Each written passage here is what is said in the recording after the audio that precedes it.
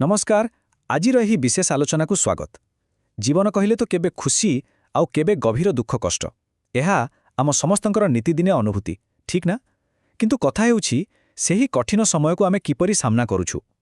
आज आमे एक अति चमत्कार एवं शक्तिशाली दार्शनिक चिंताधारा उपरे कथा हेबा जहा एही खराब समय को पार करिबारे बहुत सहाय्य करिथाए। एही कॉन्सेप्ट हेउछि गामाहान। अच्छा, एहा केवल गोटे शब्द नुहे बरं झड़ भितरे भी निजर भितरर शक्ति को बंचाई रखिबारक अद्भुत कला। आसंतु विलंब न करी सीधा सड़क एही आकर्षणीय विषयवस्तु भितरकू जिबा।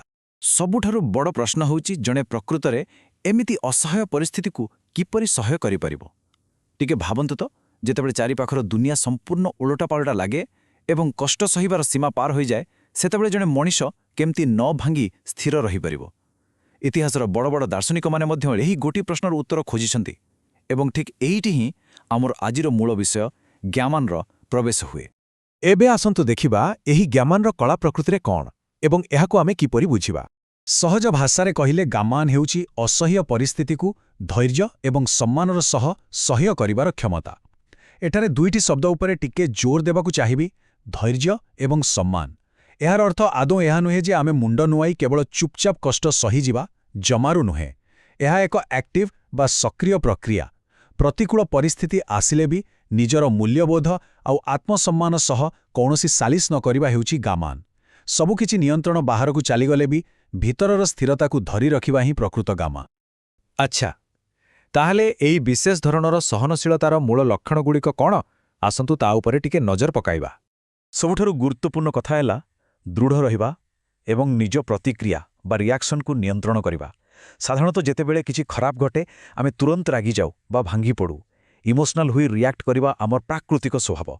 किंतु गामा नामको शिखाए जे बाहरर घटना को आमे रोकी परिबा नाही सत, हेले सेही घटना प्रति आमर प्रतिक्रिया केमिति हबो ताहा संपूर्ण रूपे आमर निज हातरे। आ विश्वास करंतु एही आभ्यंतरीण नियंत्रण ही मानसिक शक्तिर सबुठु बड़ परिचय।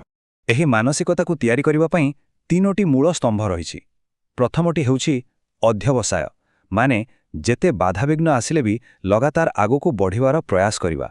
द्वितीयटी हेला सहनशीलता, जहा तले पड़िजिबा परे भी आमको पुणी उठी छिड़ा हेबार बल देइथाए। आ तृतीयटी हेउछि आत्म अनुशासन। अत्यधिक चाप बा स्ट्रेस समय रे भी एहा आमको रास्तारू विचलित हेबाकू दिए नाही। एही तीनोटी जिनस मिसिगले ना एक एमिति दृढ़ मानसिकता तैयारी हुए जहाकू केही भांगी पारिबे नाही। मोटामोटी भावे कहिबाकू गले प्रकृत गामान हेउछि परिस्थिति जेते भी सांघातिक हेउ पछे टिके भी हार न मानिबा। आशा छाड़ी देबाटा केबे भी गोटे ऑप्शन नुहे। एहा हेउछि भितरर एक नीरव संकल्प जे झड़ जेते भी भयंकर हेउ आमे निज स्थानरे गोड़ जमेइकी दृढ़ भावरे छिड़ारेबा। एबे आसिबा सबुठारु प्रैक्टिकल कथा को। अत्यधिक चाप किंबा स्ट्रेस समय रे निजर आत्मसम्मान बा डिग्निटी को केमिति बजाय रखिबा। एथिपाई आम पाखरे तीनोटी स्पष्ट पदक्षेप अछि जहाकू आमे प्रतिदिनर जीवनरे लागू करि परिबा। स्टेप 1, प्रथमे निज समस्या बा आह्वान गुड़िकू स्पष्ट भावरे चिन्हट करिबा। स्टेप 2, सेगुड़िकू धैर्य एवं सम्मानर सह ग्रहण करिबा। चाप समयरे निज सम्मान रखिबा पई किछि छोट छोट अभ्यास बहुत कामरे आसे, जेमिति कि राग न देखाई शांत स्वररे अन्यमानक सह कथा हेबा, निजर शारीरिक भावभंगी बा बॉडी लैंग्वेज को स्थिर रखिबा।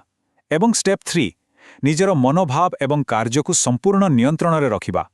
केवल इमोशन रे न भासी जुक्तियुक्त भावे समस्यार समाधान बाहर करिबा। आसंतु एही द्वितीय पदक्षेप को आउरे टिके भल भावरे बुझिबा। केवल कहिदेले तो हेबनी, आह्वान गुड़िकू धैर्यर सह ग्रहण करिबा पई नीतिदिनिया अभ्यास दरकार। उदाहरण स्वरूप निज डेली रूटीन रे किछि समय बाहर करी ध्यान बा माइंडफुलनेस अभ्यास करिबा। हठात रागी जिबा पूर्वरु गभीर निश्वास नेबर अभ्यास रखिबा, किंबा कोनोसी खराब खबर सुनी तुरंत रिएक्ट करिबा बदलरे किछि सेकेंड विरति नेबा। मने रखंतु एमिति करिबा माने हार मानि जिबा नुहे, बरं एहा हेउछि कठोर वास्तवता को स्वीकार करिबा पई आवश्यक थिबा परिपक्वता बा मैच्योरिटी। निजर अस्तित्व न हराई वास्तवता को अपनाइबा ही विजयर प्रथम सोपान। आमर परवर्ती एवं सबुठारु गुरुत्वपूर्ण विषय हेउछि निज मनोभाव बाछिबार शक्ति। गोटिए कथा सबुबेले मने रखिबा उचित, आमे आमर मनोभाव एवं कार्य को सर्वदा नियंत्रण करि परिबा। बाहर दुनिया बोधे पूरापूरी विशृंखलिता और कष्टदायक होई पारे, आउ सत कहिबाकू गले सेति मध्यरु अधिकांश आम कंट्रोल रे भी न थाए। हेले आम भितरर दुनियाटा सेटा संपूर्ण आम निजस्व कर्तृत्व रे थाए। ଆମେ ଗୋଟେ ଘଟଣାକୁ ନେଇ କିପରି ଚିନ୍ତା କରିବା ଏବଂ କେମିତି ପ୍ରତିକ୍ରିୟା ଦେବା ସେ ନିଷ୍ପତ୍ତି କେବଳ ଆମର। ଏଇ ଯେଉଁ ମାନସିକ ସ୍ୱାଧୀନତା ଅଛି ନା, ଏହାକୁ ଆମଠାରୁ ଦୁନିଆର କୌଣସି ଶକ୍ତି ଛଡ଼ାଇ ନେଇପାରିବେ ନାହିଁ। ନିଜ ମନୋଭାବକୁ ନିୟନ୍ତ୍ରଣ କରିବାର ଏହି ଜବରଦସ୍ତ କଥାକୁ ବୁଝିବା ପାଇଁ ଆସନ୍ତୁ ପ୍ରସିଦ୍ଧ ମନୋବିଜ୍ଞାନୀ ଭିକ୍ଟର ଇ ଫ୍ରାଙ୍କଲଙ୍କର ବହି ମ୍ୟାନ୍ସ ସର୍ଚ୍ଚ ଫର୍ ମିନିଂର ଏକ ଉଦାହରଣ ନେବା।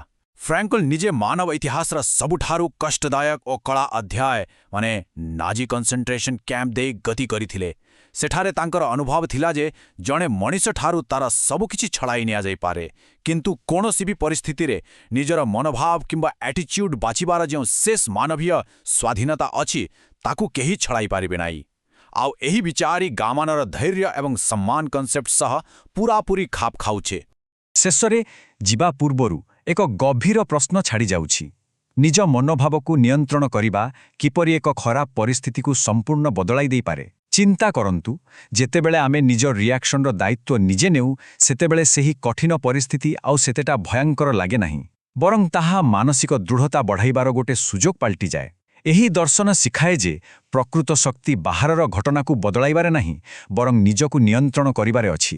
ଏହି ଚିନ୍ତାଧାରା ଆମ ଜୀବନର ଦୃଷ୍ଟିକୋଣକୁ କେତେ ସମୃଦ୍ଧ କରିପାରିବ ତାହା ଭାବିବାର ସମୟ ଆସିଛି। ଆଶା କରୁଛି ଏହି ଆଲୋଚନାଟି ଉପଯୋଗୀ ସାବ୍ୟସ୍ତ ହେବ। ଶେଷ ଯାଏ ଯୋଡ଼ି ହୋଇ ରହିଥିବାରୁ ଅନେକ ଧନ୍ୟବାଦ।